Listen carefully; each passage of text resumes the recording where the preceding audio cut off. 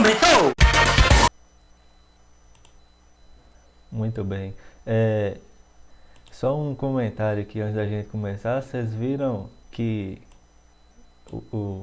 vocês repararam que na lição o autor falando sobre pandemia, epidemia, esse tipo de coisa?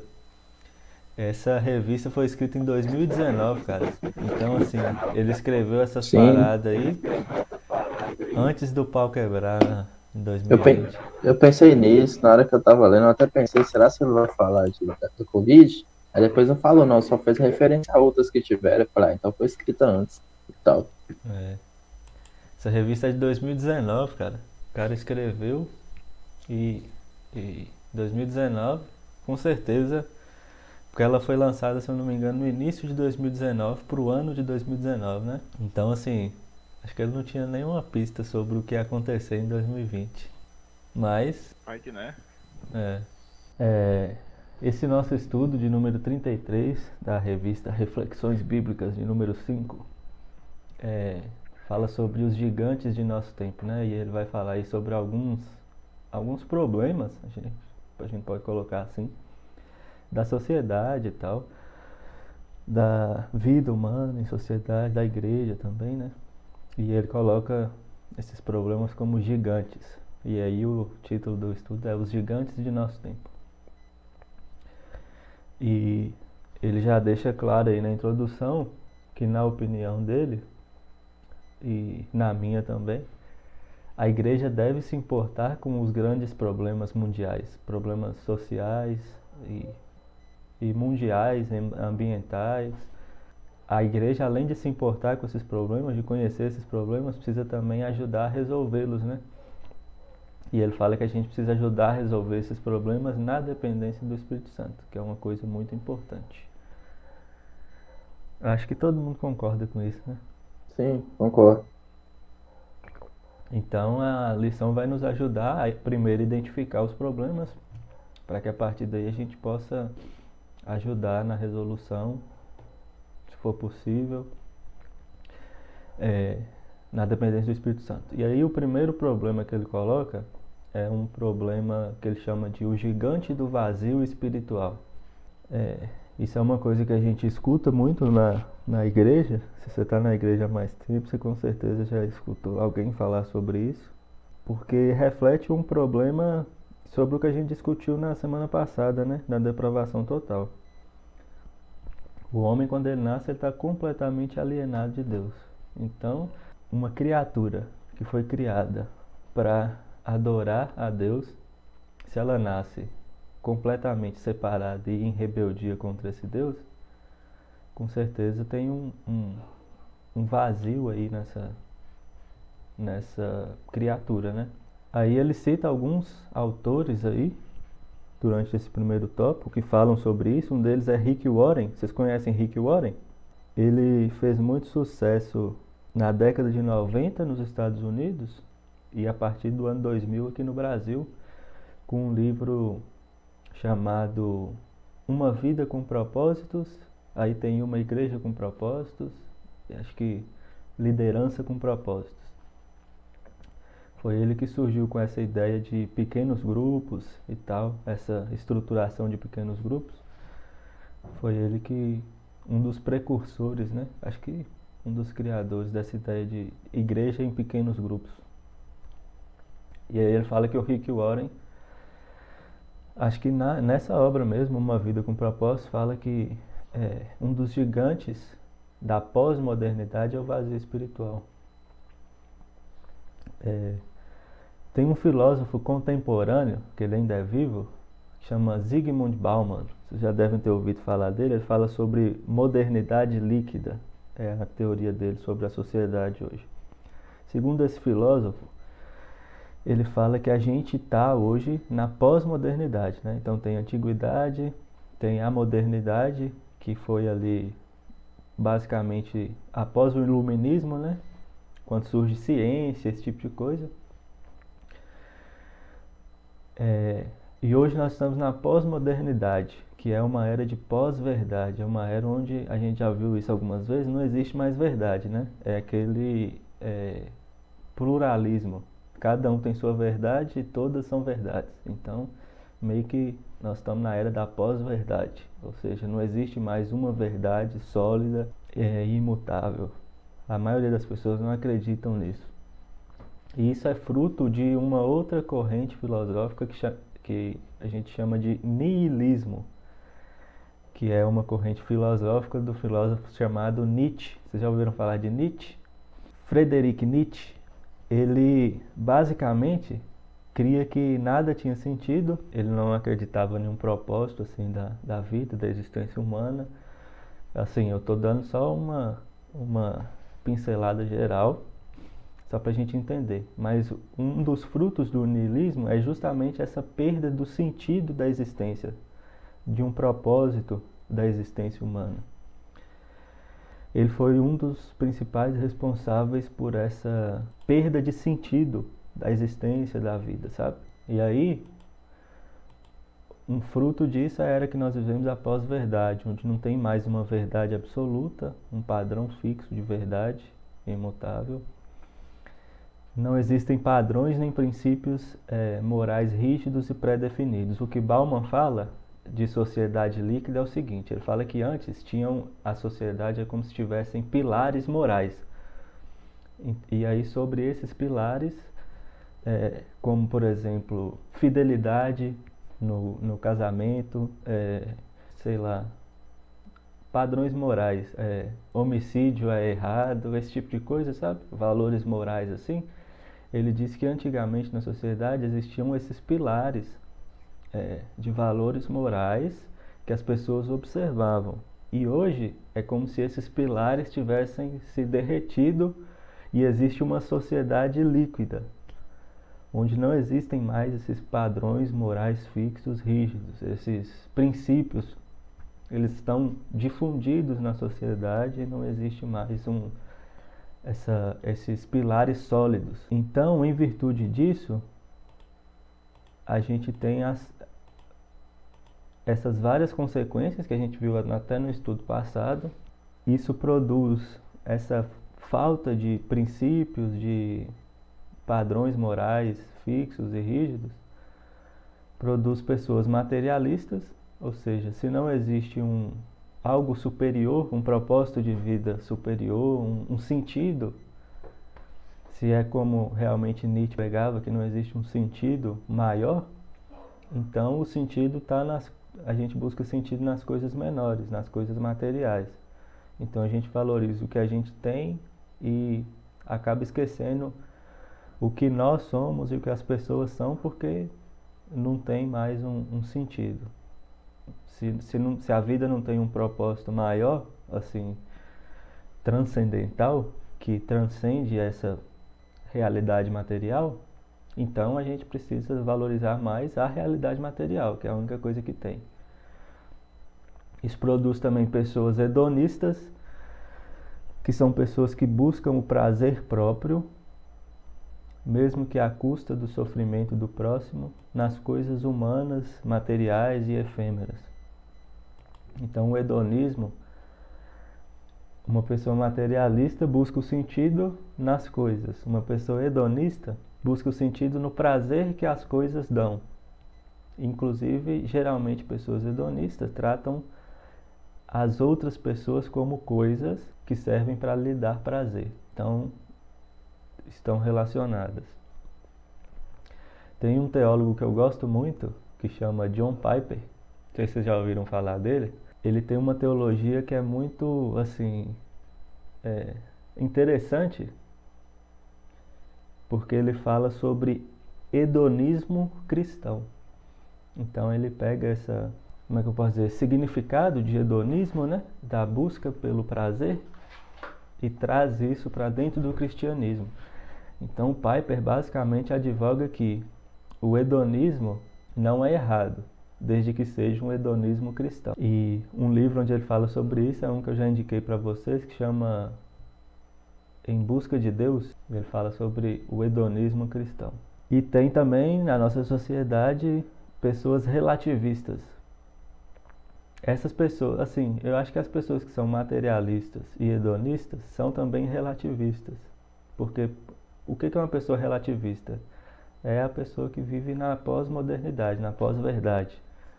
Ela não acredita que existe um certo e um errado definitivo, não acredita que existem princípios morais, princípios religiosos e tal. Então, eu acho que assim, a maioria, se não todas as pessoas que são materialistas e hedonistas, são também relativistas, né? Vocês conseguem, olhando assim ao redor de vocês, as pessoas que vocês convivem, vocês conseguem identificar esses conceitos de materialismo, hedonismo, de relativismo, ausência de padrões morais na vida das pessoas com quem vocês convivem? Vocês acham que esses conceitos que eu expus aqui estão fora da realidade na qual vocês vivem, né? Em relação a isso, também já associando a primeira aplicação, né? Sobre a questão de, tipo assim, falar que uma pessoa sem conteúdo e não é feliz e tal. Eu resumo simplesmente a quando as pessoas dizem, né, que dinheiro traz felicidade. Falam assim, dinheiro traz felicidade. Só que aí, isso, a pessoa sempre faz essas perguntas, dinheiro traz felicidade. Só que depende como que você vai utilizar e para quê. Porque, por exemplo, você pode ver que existe muita gente que tem muito dinheiro e é infeliz.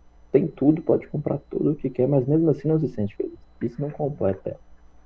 Então, assim, a pessoa é materialista ou sente prazer em alguma coisa, com material ou algo que o dinheiro possa fornecer, né, para ela, mas ela vê que ela não se sente completa. E assim, eu vejo uma sociedade muito apegada realmente aos materiais. As pessoas se apegam muito às coisas materiais, ou às coisas que os materiais propiciam, né? Por exemplo, sei lá, um videogame, um Xbox ou um PlayStation, por exemplo.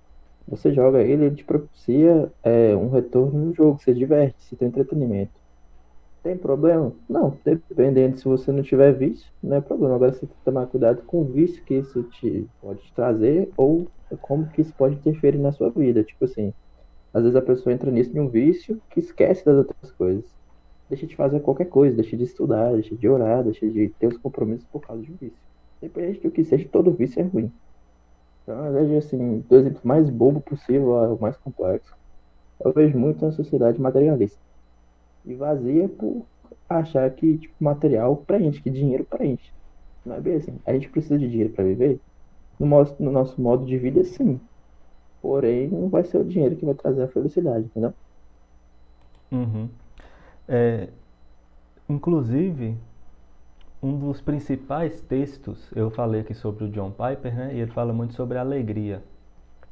Acho que eu posso dizer que o principal texto que ele usa para defender esse hedonismo cristão é Salmo 16, versículo 11, que fala que na presença de Deus existe plenitude de alegria. Então ele diz que não existe alegria em outro lugar que não seja em Deus. Então o que é o hedonismo cristão? É você buscar prazer e alegria em Deus e não nas coisas.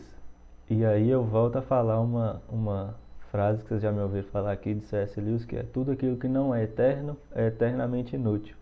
Nesse sentido também. E quando C.S. Lewis fala essa frase no livro Os Quatro Amores, ele fala ela depois de já ter falado sobre várias coisas passageiras. Então ele fala primeiro sobre amizade, ele vai explicar sobre quatro amores, né? Na verdade, cinco. E aí quando ele vai falar do quinto, então ele fala sobre amor de amigos, amor de pais e mães e filhos. Depois ele fala sobre amor de um casal. E aí ele fala essa frase no final do livro, querendo dizer o seguinte, que essas coisas, inclusive os bens materiais, não é que elas são cruciais, mas se elas não tiverem relacionadas, ligadas a, a essa razão eterna, traduzindo, se elas não estiverem ligadas diretamente a Deus, elas são inúteis, entendeu? Então não é que ele prega uma vida de monge, que você tem que ir para o monte, abster de todos os bens materiais, de comer, de dormir, ir para ficar isolado e viver só de oração e esse tipo de coisa. Mas ele está falando que tudo que você for fazer, se você for ser um monge, ou se você for ser um advogado. Se você não relacionar a sua vida e as coisas que você tem aqui, inclusive as coisas materiais, com Deus, com o que é eterno, então essas coisas não têm sentido. Mas se você relacionar essas coisas com Deus, com o que é eterno, aí essas coisas têm sentido. Pode falar, Max. Sobre essa questão aí de hedonismo e tal, eu vi acho que um pastor, um pregador falando essa semana sobre a questão do espelho. Citou o exemplo, né? Porque assim, nos nossos dias tem sido falado tanto sobre essa questão de pararmos de olhar para nós mesmos e olhar para o nosso próximo. E parece que por mais que a gente estude sobre isso ou pregações sobre isso, de dar uma atenção para o nosso próximo e parar de viver para a gente mesmo, a gente acaba que cai no erro e continua na mesma. Aí ele dando um exemplo do espelho, né? Gente, o espelho foi uma criação terrível do ser humano. Deus criou o ser humano para olhar para ele, não foi para cada um olhar para si. Aí o ser humano vai lá e cria o espelho e começa assim a usar, começa a enxergar só para si mesmo, esquece de olhar para o seu próximo. E aí acaba que isso aí vai se tornando, vai fazendo com que o ser humano se torne um extremo egoísta cada vez mais. Então, dando uma ênfase a essa questão de pararmos de olhar para a gente mesmo e olhar para o nosso próximo e principalmente para o nosso Criador, né? Bonita a metáfora, né? É uma boa parábola. Não é? Gostei. Achei interessante, viu? Legal. Então, eu acho assim, tudo isso que a gente falou aqui prova que realmente existe um vazio, né? No ser humano, de modo geral. Inclusive essa questão que o Max falou do espelho, eu acho que é justamente isso. Deus criou o ser humano para olhar para Deus. Só que o ser humano, quando ele nasce, hoje em dia, depois da queda, ele já nasce sem olhar para Deus. Aí ele cria o espelho. A criação do espelho é uma prova desse vazio, né? Por assim dizer, usando aí a parábola do espelho. E aí, o autor vai falar ainda nesse primeiro tópico que alguns religiosos buscam preencher esse vazio da seguinte forma: utilizando a fé ou a religião como se fosse um produto para preencher esse vazio, sabe? Então, esses evangelhos do coaching hoje em dia, por exemplo, que falam muito sobre como você pode, como todas as coisas cooperam para o seu bem, no sentido de que tudo tem que funcionar para que o mundo foi criado para que você tenha sucesso e Deus quer que você tenha sucesso, esse tipo de coisa. Isso é tratar a fé como um produto para mim, para preencher esse vazio. Então eles primeiro tratam a fé como um produto para que eu consuma, e aí eles vão utilizar de uma boa propaganda, um bom discurso. Você vê que esse pessoal que prega o evangelho do coaching, você não vê um cara pregando o evangelho do coaching numa live com um microfone ruim, com áudio mais ou menos. É sempre uma publicidade bacana, uma roupagem bonita. E aí eles vendem também uma satisfação através de experiências, eu não sei nem se espirituais, mas experiências de igreja, sabe? Quando eu vi isso na lição, eu fiquei me perguntando se eu já experimentei ou vivenciei algumas dessas técnicas de promoção da fé como se fosse um produto, sabe? Você se lembra de já ter presenciado isso alguma vez? De ver, assim, não de ver na televisão, porque na televisão a gente vê, no YouTube a gente vê, mas na sua vida e nas suas andanças por este mundo, você se lembra de ter presenciado alguma vez a fé sendo comercializada nesse sentido? No sentido de ser um produto para você, assim, bem antropocêntrico, sabe? Tipo, da fé sendo vendida como algo para você, para um prazer próprio e egoísta, por exemplo. A gente vê isso na igreja que a gente gosta muito de falar, das igrejas do Evangelho da Prosperidade, né? a Igreja Universal e tal. Mas eu acho que isso acontece também em outros lugares. Vocês já presenciaram isso? Tipo, virtualmente ou até pela TV mesmo, essas igrejas, assim, que você citou, a gente vê muito, né? Vê muita coisa lá, a gente já até conversou sobre isso. E Uhum, presencialmente eu já vi, tipo, tava passando na frente de uma dessas igrejas. Se eu não me engano, ainda tem aqui, sabe? uhum. Até aqui perto de casa, subindo ali, não Não, não sei se precisa ainda tem não, falar porque não, não não precisa fazem falar só. não, cara. Mas, não é um exemplo, mas assim, eu, tipo assim, eu tava passando, aí, tipo assim, toda hora que acontece esse negócio que eu fico falando, eu fico, fico escutando, sabe? Eu não parei pra entrar nada, mas eu escutei e tal, eu fiquei pensando, que viagem é essa, cara? Tipo assim, onde que esse pessoal tirou isso? Tipo assim, umas coisas nada a ver, sabe? Uhum, Tipo, você vê de longe e tal. Teve até um dia, cara, que eu não, não que eu não acredite nisso, mas teve até um dia que, pelo que deu a entender, eles estavam, tipo, expulsando o demônio das pessoas, sabe? Aí eu queria entrar lá uhum, dentro e me ver. Eu ia entrar lá dentro, cara, só que eu não entrei, não. Eu falei, vou seguir meu caminho aqui e tal. Mas tem muito isso, cara. As pessoas querem vender muito. Se você vir pra cá, vai acontecer isso, não sei o que, contribui com isso, com aquilo, tá ligado? Só que não é bem assim. Por isso uhum. que muita gente, às vezes, tem muito preconceito com o evangélico, porque associa, generaliza demais, né? Acha que todo mundo são iguais. Alguns. Aí. O que é mais fácil de perceber é quando é vendido como um produto material mesmo, né? Então, tipo assim, você vem aqui para a igreja, você dá seu dízimo, sua oferta e você vai receber em dobro. Isso é mais fácil de ver. Mas existe algo também que eu acho que é problemático e que talvez seja mais difícil de ver, que é quando se vende uma experiência.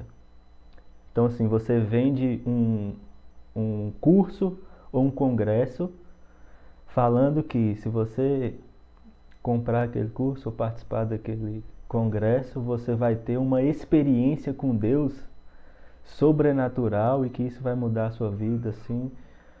Eu acho que isso também, dependendo da, do teor da propaganda e do teor do congresso, da conferência ou do curso, isso também é perigoso. E eu acho que cai na mesma coisa, mais ou menos assim. Quando ao invés de vender um Acredito bem que seja. material, você vende uma experiência, sabe? Acredito que seja também igual a questão de empresa. Eu não Tipo, sou empresa, espírita. você começa e faz marketing, algumas coisas, sabe, para chamar a atenção da pessoa. Aí Uhum, às vezes te promete coisas que não dependem dele, né? Tipo assim, coisas. Se você fizer isso, você vai ganhar aquilo, tá? A pessoa não pensa no que ela tá fazendo, só pensa no que ela vai vir a ganhar depois, né? Se ilude com isso. Não vende. Na verdade, tá vendendo uma esperança da pessoa. No marketing digital, isso aí chama dor. Você toca exatamente na dor da pessoa. uhum, Aí, essa questão aí, se for aquela pessoa frágil que, como se diz, espera ansiosamente aquele milagre acontecer uhum. do nada assim, Entendi. Isso é uma técnica de marketing digital, então, né? Você trabalhar com a dor da pessoa. E isso acontece muito. Assim, a gente gosta muito de falar da Universal, da Internacional da Graça, mas eu já vi isso acontecendo em igrejas batistas também, cara. E a gente precisa estar atento a essas coisas. Porque é muito complicado, sabe? É, eu vivi uma experiência muito tempo atrás mesmo. Parece que eu sou muito velho, mas isso já tem quase 10 anos. Eu fui num congresso, é, um congresso batista, e aí esse era um congresso, é congresso de jovens, um congresso de jovens, hoje em dia nem tem ele mais não. E a gente vai com uma expectativa de no congresso você se aproximar mais de Deus. Querendo ou não, a gente compra a experiência. A gente compra a. E isso eu acho que é um erro nosso também, sabe? De comprar a experiência. A gente compra o ingresso e vai achando que lá a gente vai estar mais próximo de Deus por causa da música, das outras pessoas e tal. E eu acho que já começa errado daí. Mas enfim, aí eu tava lá e conversando com uma pessoa que sempre ia nesse congresso e ele me falando assim, cara, hoje em dia eu olho para esse pessoal na hora do culto, se emocionando e tal, e essa já é a quinta vez que eu tô ouvindo, e nas primeiras vezes eu me emocionava bastante também e tal, mas aí é, era tocado, chorava e tal. Chegava em casa, a primeira coisa que eu fazia era brigar com minha mãe. Ele contando o testemunho dele pra mim. Quando eu chegava em casa, a primeira coisa que eu fazia era brigar com minha mãe. Minha mãe vinha falar os trem comigo e eu xingava ela e tal. E hoje em dia, eu tenho procurado ignorar essas experiências, que eu acho que foi um erro dele também, e tentar viver algo mais real. Para que aquilo que eu aprenda aqui, para além da experiência, faça com que eu mude o modo como eu vivo depois que eu for embora do congresso. E eu acho que esse é um problema nosso, sabe? Às vezes a gente vende muito uma experiência. A gente vende que existem métodos e maneiras. A gente vende que quando você participa do congresso ou da conferência tal, você vai estar mais próximo, vai ter uma experiência diferente com Deus e a partir dali a sua vida vai mudar. E eu acho que essas coisas de fato existem experiências que nos mudam, mas a experiência que nos muda é algo que o Espírito Santo faz e não algo que a tecnologia do congresso faz, sabe? Não é a música, não é o ambiente, não é a mídia, é uma obra do Espírito Santo. O Espírito Santo pode usar essas coisas. Então eu acho que o que falta é um equilíbrio, sabe? E quando a gente toma consciência dessas coisas, igual a gente está fazendo aqui agora, acho que fica mais fácil da gente entender como que funciona. Jonathan Edwards escreveu um livro que chama... É um livro de mais de 200 páginas. Afeições religiosas. Jonathan Edwards viveu num período onde estava tendo um avivamento na igreja. Então foi aquele período que tinha aquelas manifestações de cura e tal, e igreja abrindo e não sei o que e tal, um avivamento que teve lá nos Estados Unidos. E ele escreveu um livro que chama Afeições Religiosas, só para ajudar a igreja a identificar quando as experiências da pessoa tinham sido de fato uma obra do Espírito Santo e quando essas experiências eram só emocionalismo. Porque eu acho que realmente é importante a gente saber discernir. E a gente tem que ter cuidado quando a gente divulga as coisas também, né? Para não vender essa experiência. Porque se a gente vender só uma experiência, só um produto, a gente não vai estar preenchendo esse vazio, né? A gente vai estar enganando as pessoas. É propaganda enganosa. Aí tem a aplicação de número 2, aí na página 174. Ele pergunta assim: manter o equilíbrio entre um culto racional e emocional é um desafio. Como você tem administrado esse equilíbrio em sua adoração? Que esse é o desafio, né? De não entender a experiência religiosa como só uma experiência emocional e também não só como uma experiência intelectual, né? Acho que a gente tem que ter um equilíbrio entre conhecimento e experiência. O que você tem feito, ou você faz alguma coisa para encontrar esse equilíbrio? Eu nunca tinha parado para trabalhar nesse ponto específico. Eu acho que o ponto-chave para a gente alcançar esse equilíbrio é entender que a experiência verdadeira com Deus só é encontrada quando tem Deus na parada. Então, tipo assim, se o evento for muito bom, no sentido de ter música boa, ter mídia boa, ter um ambiente legal, mas não tiver palavra de Deus, muito provavelmente essa vai ser uma experiência muito emocionante, mas pouco eficiente, assim, vai ter pouca ação do Espírito Santo, sabe?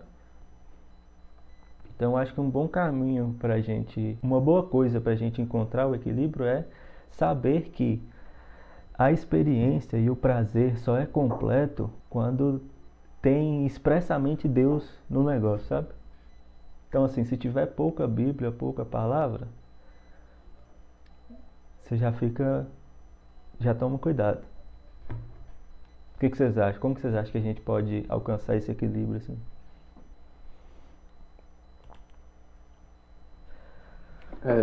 Você falando aí, né? Da parte que eu entendi, né?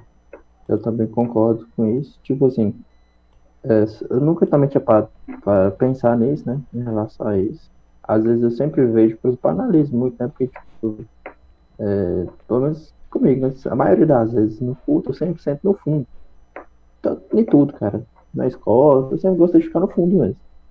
Só que não é um fundo, ficar no fundo bagunçado, não é isso. É tipo, gostar de ficar mais quieto na minha por não ter ninguém atrás de mim pra me incomodar, sabe? Aí eu fico lá, tá tranquilo. E com isso, às vezes a gente percebe algumas coisas que acontecem e tal. E uma cena que eu me recordo muito é sobre o aniversário da igreja, né? O último que a gente teve presencial. Foi bem especial e tudo mais. E isso são coisas que até o João já comentou, né? Tipo assim, às vezes a pessoa tem uma certa emoção durante o louvor, tipo assim, não é que é fora do comum, mas diferente das demais, sabe? Uhum. Às vezes a gente olha assim e fica pensando, poxa, será que aquilo é algo sincero? Se aquilo é algo.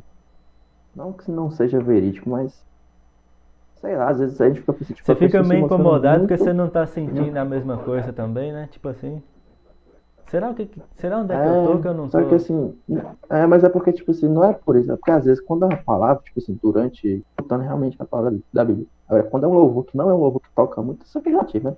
Eu acho às vezes você fica pensando, poxa, tipo, não, sei lá, vai ficar parecendo que a pessoa força, sabe? Aí a gente acaba julgando isso, não sei, né? Depende de cada um, mas é muito em relação a isso. E assim, eu tava analisando, né? Tipo, você falando isso, lembrei muito sobre, tipo assim, tinha culto, né, 12 vezes ao dia, e também tinha outras coisas, tinha um louvor, tinha algum momento de brincadeiras, né, durante o dia também. E assim, a parte de louvor é bem legal, tá? Eu sempre acho louvor bem legal, sabe? Só que as pregações foram incríveis, cara. Então, tipo assim, pelo menos a minha experiência ali foi uma coisa que foi legal, sabe? Pelo menos para mim foi legal. Tem quem vai várias vezes, talvez para ele não faça tanto sentido, né? Igual o cara aí que você deu exemplo 5 vezes. Para ele Uhum. pode estar sendo só uma experiência de, sei lá, louvor e tudo. Mas lá não ficou preso só nisso. Só que assim, tem horas que tem muitos, sei lá, encontros, festivais, coisas do gênero, que às vezes só o louvor mesmo em si, sabe? Não é tanto a palavra, assim, as pessoas ficam mais ligadas à emoção do que da razão, sabe? Tipo assim, do que realmente é. E sai de lá, ao invés de sair mudada, né? Tipo assim, teoricamente transformada.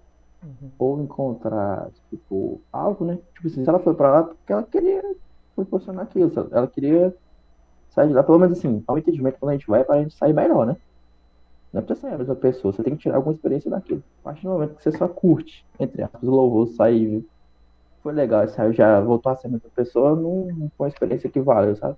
Então, assim, é difícil você diferenciar isso, entrar em harmonia, mas eu acho que você tem que ser sincero consigo mesmo. Que eu vejo que, às vezes, eu acho, né?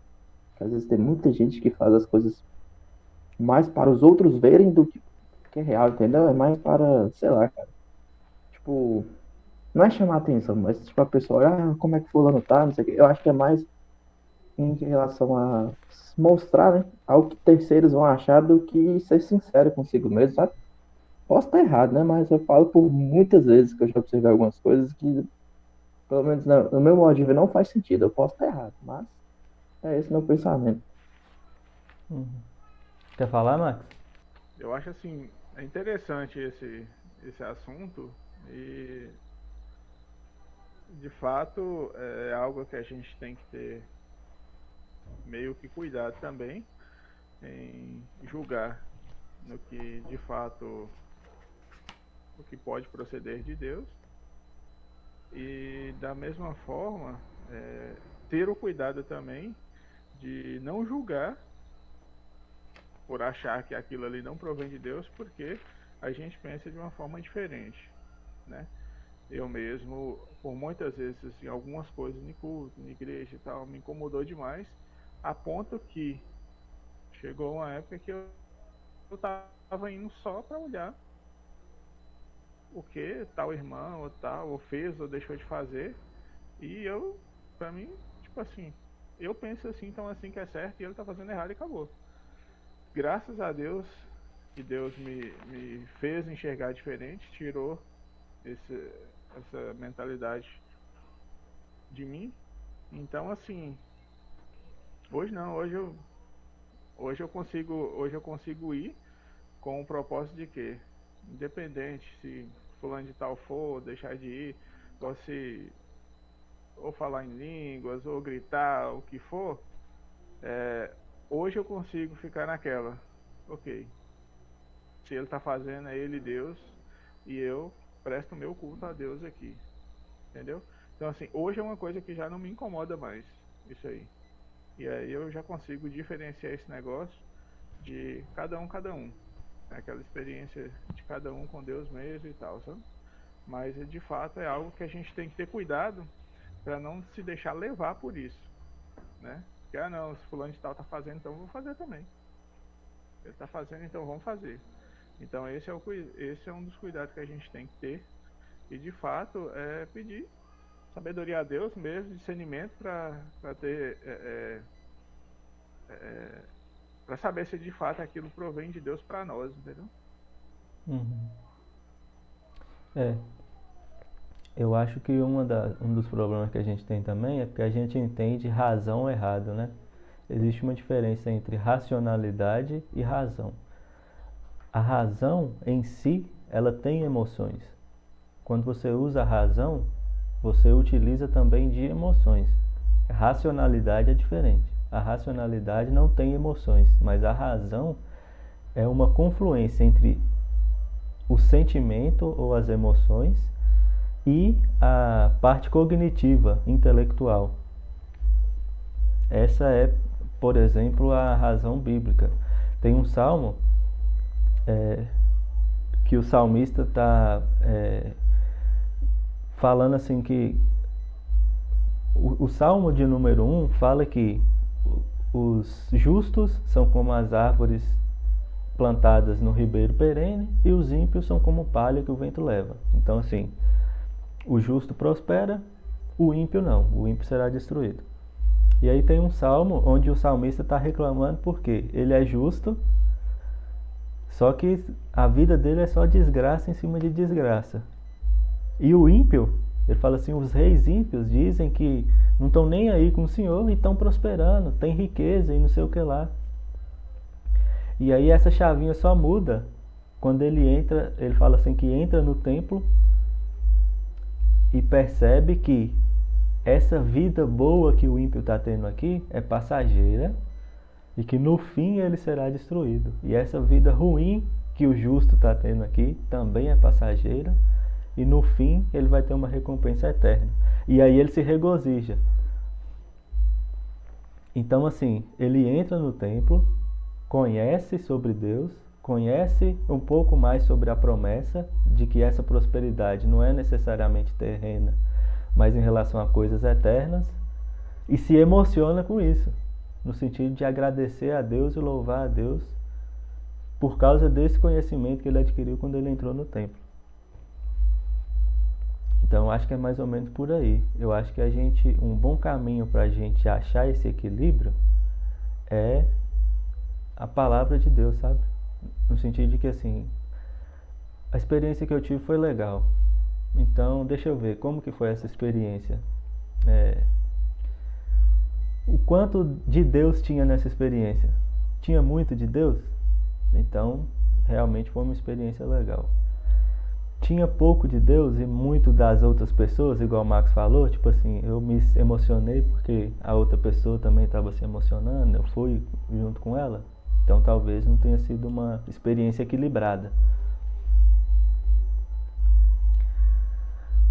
Eu acho que é por aí que a gente pode encontrar um equilíbrio. Mas eu acho também, e uma coisa que eu não fazia a gente tem que estar atento para isso, sabe? E uma das coisas que eu acho que eu preciso mudar a partir dessa lição é isso. Ficar atento a isso. A entender essas experiências. O segundo gigante é o gigante da crise de liderança. Ele fala que a igreja precisa capacitar pessoas que façam a diferença no mundo, que trabalhem como Jesus, cujo único desejo seja fazer a vontade do Pai. Foi assim que Jesus trabalhou, né? Quando a gente vê ele orando lá no Getsemane. Senhor, se possível, afaste de mim esse cálice, contudo, que se faça a sua vontade. E aí, uma questão que a gente levanta é como que a gente pode capacitar líderes para isso? Como que a gente pode capacitar pessoas para isso? E aí, novamente, eu acho que a ferramenta é o discipulado. E como eu já disse aqui, eu acho que esse é um defeito da nossa igreja. Não só da nossa igreja PIB Coração de Jesus, mas da igreja nos dias de hoje. Eu acho que essa tem sido uma ferramenta muito negligenciada. Não estou falando que não existe discipulado, mas eu estou dizendo que a gente precisa, na minha opinião, se dedicar um pouco mais a fazer isso com mais zelo, né? Porque se a gente for parar para pensar,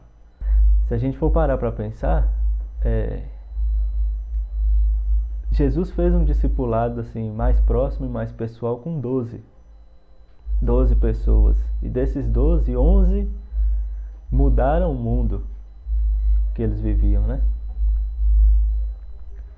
11 desses 12 apóstolos fizeram muita diferença no mundo. Então, eu acho que a gente precisa se dedicar mais a fazer esse discipulado igual Jesus fez, sabe? De mais proximidade, igual ele fez com os 12 apóstolos.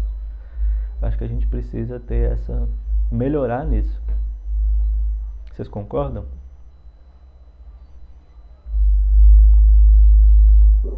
Concordo.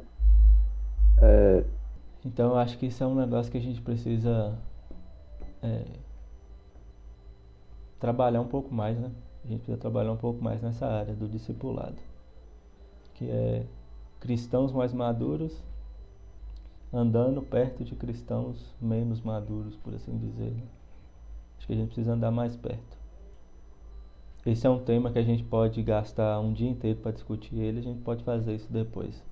O gigante da pobreza é o terceiro gigante que ele coloca aí nessa lição. Apesar da missão principal da igreja, como a gente já falou aqui várias vezes, ser a pregação do evangelho, essa é a missão da igreja no mundo, pregar o evangelho de Cristo, ela não pode fechar os olhos para as necessidades fundamentais do ser humano. O auxílio aos necessitados é uma forma de testemunho, não é diretamente pregação do evangelho. Ajudar os necessitados e pregar o evangelho são duas coisas diferentes, mas elas precisam andar juntas. Quando você ajuda os necessitados, isso é um testemunho para você quando você for pregar o evangelho, certo? E a igreja já fez muitas coisas nesse sentido ao longo dos anos. Em Mateus 9:35, que é o texto que o autor usa para embasar essa ideia, né? Fala que Jesus ia de cidade em cidade, ensinando a palavra nas sinagogas, pregando o evangelho e suprindo as necessidades das pessoas, curando as doenças, alimentando, como a gente vê na multiplicação dos pães. Então, se o próprio Jesus agiu assim, ele entrava na sinagoga, pregava o evangelho, ia para o monte, pregava as boas novas, mas não parava por aí. Ele multiplicava os pães, alimentava todo mundo, curava os doentes. Então, o ministério de Jesus era integral, por assim dizer. A gente tem muitas informações, muitos dados. A gente vive no norte de Minas, Coração de Jesus, numa cidade onde a pobreza é uma realidade. Então, é algo que a gente precisa sim se atentar. Tem um documento que eu não sei se vocês conhecem. Se vocês não conhecem, depois vocês entram lá e dão uma olhadinha. Tá aí o link no resumo, que chama Pacto de Lausanne. É um pacto que foi feito numa conferência missionária.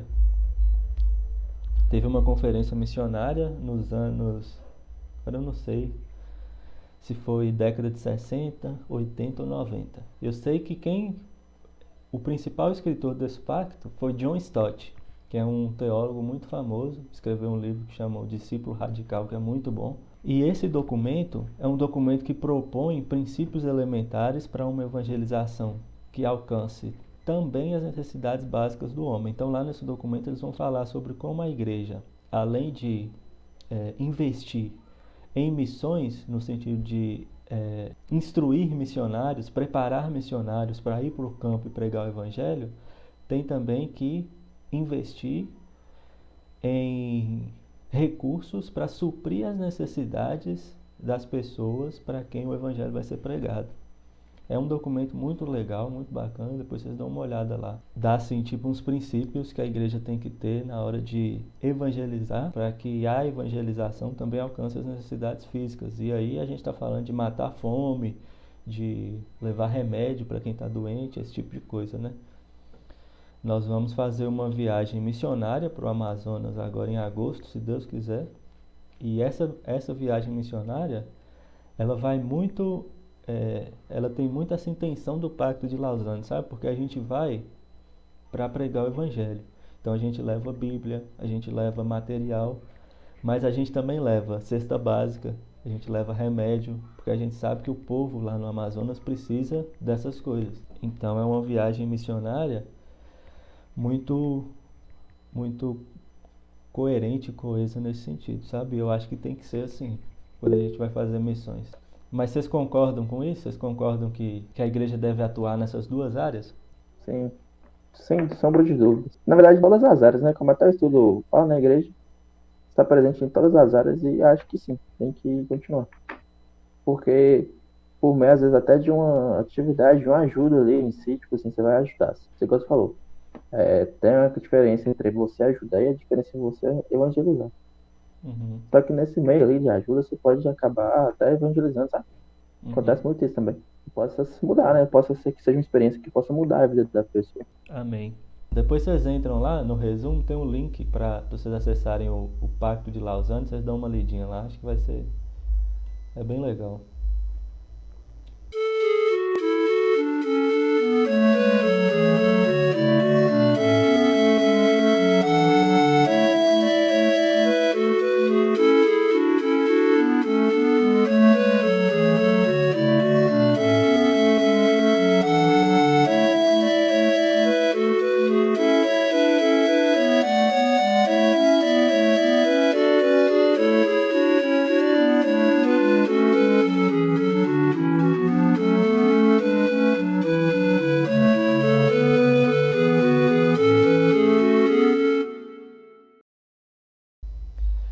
O tópico 4 aí é o que a gente ficou surpreso de ver, né? Porque ele escreveu isso aí antes da pandemia, mas é o gigante das doenças.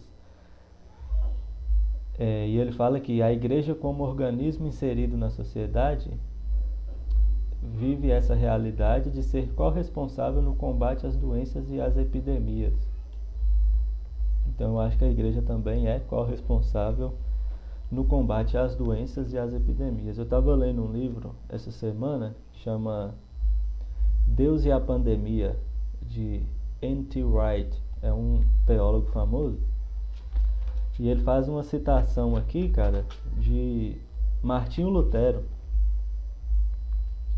Lutero, quando ele escreveu esse texto aqui, que eu vou ler para vocês, ele estava enfrentando diversas pragas na época, 1520, entre 1520 e 1530, e preocupado com isso, ele escreveu uma carta às igrejas e às autoridades para instruir os pastores das igrejas da época e os líderes religiosos e civis. E ele diz assim nessa carta: com a permissão de Deus, o inimigo enviou um veneno mortal entre nós, falando da praga. Por isso, rogarei a Deus que seja gracioso e nos preserve. Então, fumigarei para purificar o ar, receberei e doarei remédios, e evitarei lugares e pessoas onde minha presença não é necessária. Não desejo expor-me demais para que os outros não sejam infectados e morram como resultado da minha negligência. Mas, se o meu próximo precisar de mim, não permanecerei afastado, mas irei de boa vontade visitá-lo e ajudá-lo. Isso Lutero escreveu nas Cartas de Aconselhamento Espiritual em 1527.